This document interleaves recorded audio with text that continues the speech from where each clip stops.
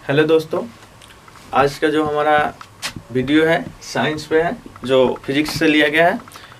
हम लोग इस समय काफ़ी तेज़ी से इसलिए चल रहे हैं ताकि 10th क्लास का एग्ज़ाम है, इसको मतलब न इसी को लेकर हम लोग मेन टॉपिक जो होता है उसको जल्दी रिवीजन कर लेंगे। उसके बाद हम लोग आराम से पढ़ा जाएगा, syllabus by syllabus, chapter by chapter, इसमें कोई दिक्कत नहीं है। चलिए, तब तक के लिए हम लोग बुझिए ये आपको दिया जा रहा है क्रैश कोर्स। ये पूरा जल्द से जल्द आपको मेन टॉपिक उठा के दिया जाए ताकि आए, और एग्जाम के व्यू से दिया जा रहा है जो एग्जाम के लिए सबसे VVI क्वेश्चन है। चलिए, प्रकाश हम लोग का फर्स्ट चैप्टर जो भौतिकी में है 10th क्लास में प्रकाश है।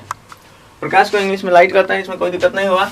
अब चलिए, प्रकाश में सबसे पहले क्या, जो प्रकाश क्या है, तो जो अंधेरा को दूर करता है उसे ही हम क्या कहते हैं, प्रकाश कहते हैं।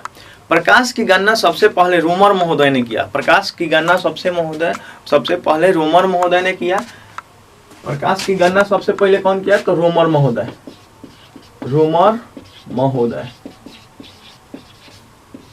प्रकाश की चाल जो होती है 3 × 10⁸ मीटर पर सेकेंड। प्रकाश की चाल कितना होती है, 3 × 10⁸ मीटर पर सेकेंड। इसी को नापकर रोमर महोदय ने बतलाया प्रकाश की चाल कितना होता है, 3 × 10⁸ मीटर पर सेकेंड। प्रकाश सीधी रेखा में गमन करती है।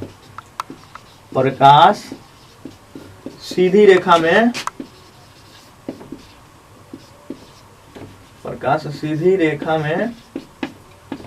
गमन करती है, यानी सीधी रेखा में जाती है। प्रकाश सीधी रेखा में गमन करती है। इसके आगे हम लोग को पढ़ना है जो रिफ्लेक्शन ऑफ लाइट। पहला क्वेश्चन है जो प्रकाश का परावर्तन से आप क्या समझते हैं। प्रकाश के परावर्तन से आप क्या समझते हैं। प्रकाश का परावर्तन से आप क्या समझते हैं।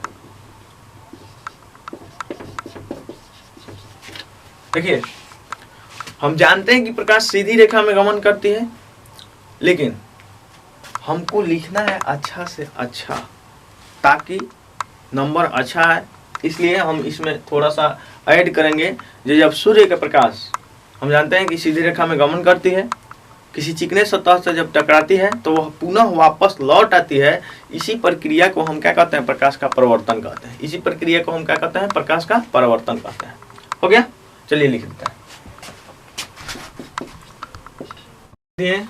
चलिए, हम जानते हैं कि प्रकाश सीधी रेखा में गमन करती है। जब सूर्य का प्रकाश सीधी रेखा में गमन करती है और किसी चिकने सतह से टकरा कर पुनः वापस लौट आती है, तो इसे ही हम क्या कहते हैं, प्रकाश का परावर्तन कहते हैं। इसी से हम क्या कहते हैं, प्रकाश का परावर्तन कहते हैं। अब देखिए, प्रकाश का परावर्तन के नियम होते हैं। तो मुख्य रूप से प्रकाश के 2 नियम हैं। मुख्य रूप से प्रकाश के कितने नियम हैं। मुख्य रूप से कहे तो बचाए प्रकाश का परावर्तन के कितने नियम होते हैं, तो यही प्रकाश के परावर्तन के कितने नियम हैं, तो प्रकाश के परावर्तन के 2 नियम हैं। इसमें पहला क्या होता है, जो आपतित किरण का मान तथा परावर्तित किरण का मान हमेशा बराबर होता है। चलिए, दूसरा नियम यह है जो आपतन कोण, परावर्तन कोण एवं पृष्ठ पर अभिलंब तीनों एक ही तल में होते हैं। मतलब प्रकाश के परावर्तन से आप क्या समझते हैं, तो इतना लिखना पड़ेगा। प्लस में फिगर हम बनाते हैं, उसको फिगर देख लीजिएगा, याद हो जाएगा, इसमें कोनो दिक्कत नहीं है। देखिए, हम जानते हैं कि प्रकाश सीधी रेखा में गमन करती है, लेकिन जब सूर्य का प्रकाश किसी चिकने सतह से टकराती है तो पुनः वापस लौट आती है। इसी क्रिया को हम क्या कहते हैं, प्रकाश के परावर्तन कहते हैं। ठीक है, और प्रकाश के परावर्तन के 2 नियम है। पहला क्या होता है, जो आपतन कोण,